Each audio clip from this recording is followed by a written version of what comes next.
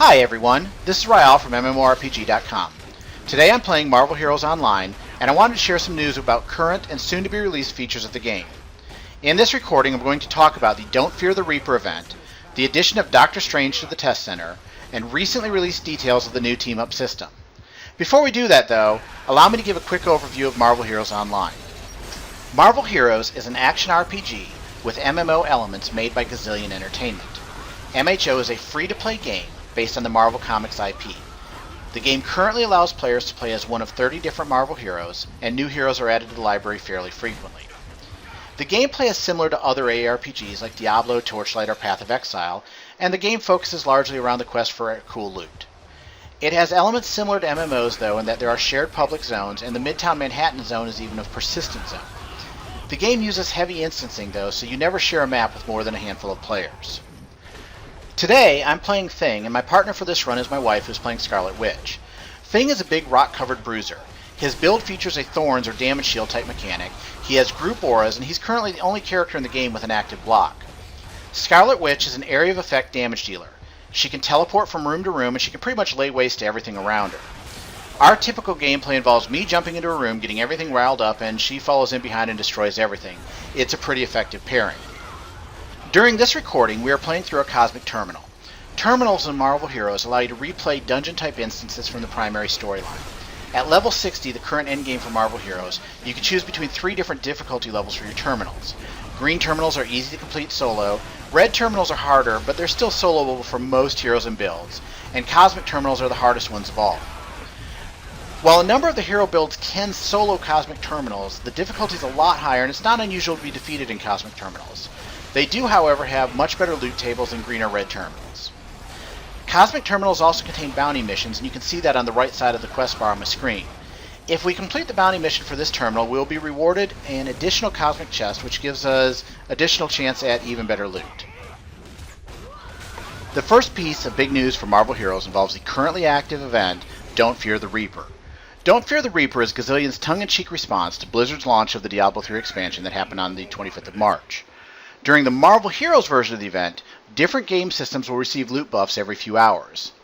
At the time of the recording of this segment, the loot buff is tied to terminal missions. So at the end of the mission, when you normally get a lot of loot from the end boss, today, because it's Don't Fear the Reaper, the boss loot should be even more rewarding.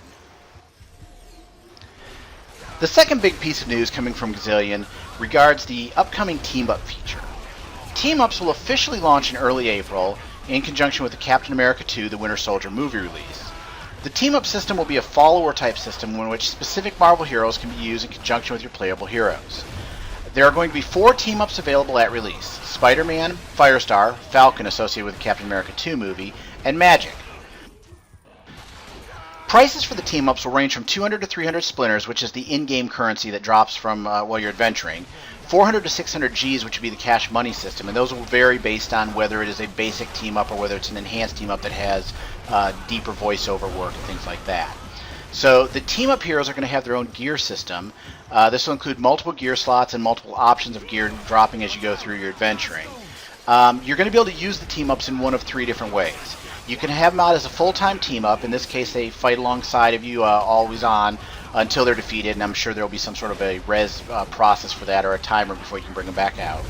A short-term burst follower, which the way that's described is it'll be a 30 seconds of uptime or so every 3 minutes. The team-up bursts in, helps you out, does some major entry attack, helps out for a few more seconds, and then goes away. Or you can use them as a set of passive benefits. I guess in that case, the team-up's actually back at base and just offering some insights and guidance to you, and you get them as passive buffs. So each of these 3 modes, full-time, part-time, and passive, are going to give you 4 different abilities from the way they're describing it. So you'll have a 3x4 grid to decide how you're going to use your team-up. So that should give them a good bit of flexibility. Team-ups are going to be account-bound. They're not going to be hero-specific. So as soon as you've unlocked one, you have them available for all your heroes, and they'll automatically level to whatever level hero you're currently adventuring with. The final bit of news for Marvel Heroes involves the release of Doctor Strange as a playable hero. Doctor Strange was patched to the test server on Tuesday the 25th of March, and he should be hitting the live servers in the next week or so. Doctor Strange is the Sorcerer Supreme of the Marvel Comics universe. He is a magician without rival, and his adventures typically involve extra-dimensional and mystical beings, some pretty fantastic stuff. Doctor Strange has some very impressive visual effects, and he appears to be one of the more robust heroes in terms of build choices, at least from the way he's showing up on test. Having looked at him on the test server, you have a lot of different build choices. This ranges from being able to do a number of layered AoE effects. He can be set up as a fairly heavy support character, and Doctor Strange can also be set up with a mixture of illusions, and these illusions will actually fire off his basic attacks, letting you set up some pretty chained attacks. All of these have some really amazing visual effects. The character is going to be a very stunning one to watch. Lots of stuff going on.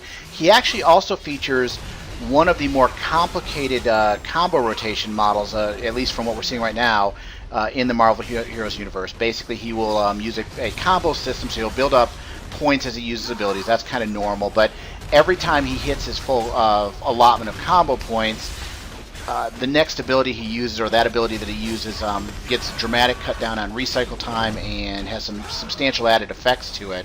So learning how to, or determining how you're going to work through the rotations of the character seems like it's going to be a very important thing.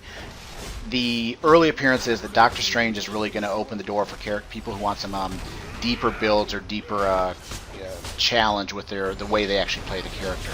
Like I said, that character, he is out on test right now. He should be going to the live servers, I guess, in the next week or so. That's all I have for now. So to recap, Marvel Heroes is currently running a major in-game loot boost event. This event will run through the end of March. Team-ups, a new follower-type system, are available for pre-order. They should be visible on the test server in the upcoming week or so, and will be released in conjunction with the Captain America 2 movie. And finally, Doctor Strange is available on the test server right now. He should be available for play on the live servers in the next patch or so. Marvel Heroes is a fun, free action RPG. It has some MMO elements, and it's really worth checking out. And hey, look at that. We actually did get a good bit of loot from Kingpin. Have a good day, everyone.